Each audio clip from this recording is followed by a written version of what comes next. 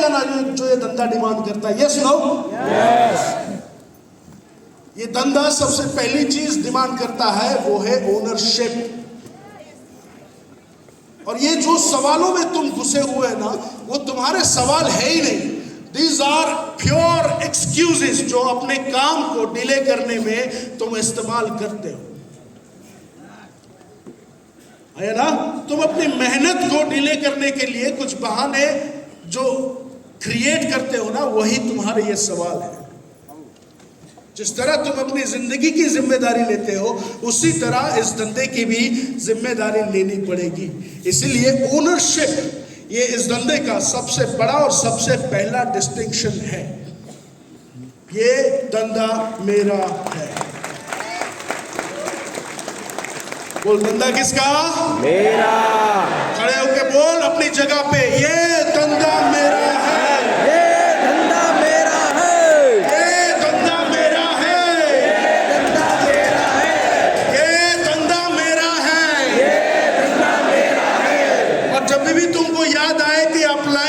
धंधा है उस टाइम ना अपनी शादी को याद करने का। कितने लोगों की शादियां हो चुकी? तुम्हारी शादियों में पंडित था? कब तक था? इस कंपनी के साथ तुम्हारी शादी कराने का काम तुम्हारी अपलाइन पंडित ने कर दिया। उसके बाद के सारे काम खुद ब खुद करने का। Yes, no? Yes. पंडित का काम मंडप तक, उसके बाद खत्म। उसके बाद धंधा मेरा है।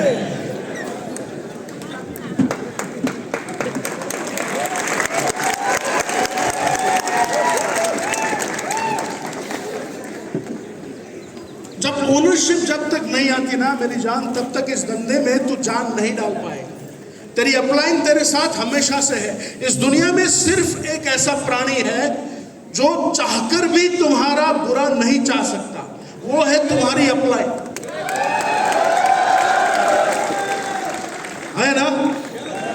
तुम्हारे घर वाले चाहेंगे कि ये ज्यादा टाइम बाहर ना घूमे, ये वो करे, ये पुराने धंधे में वापस चला जाए, या फिर ये अपने कंफर्ट जोन को ना तोड़े। लेकिन इस दुनिया में एक ऐसा शख्स है जो लगा पड़ा है तुम्हारी जिंदगी बदलने के लिए,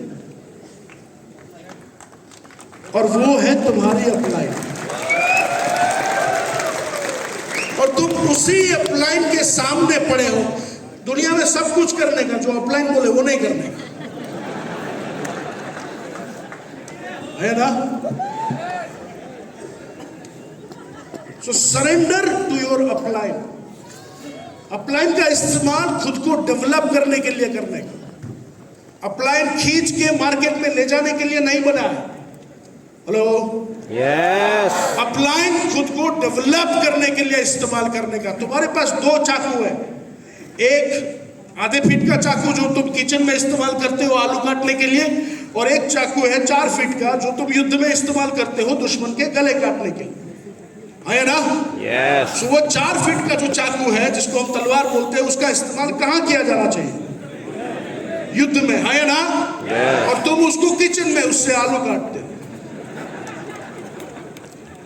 इसलिए अपलाइन का इस्तेमाल खुद के डेवलपमेंट में है।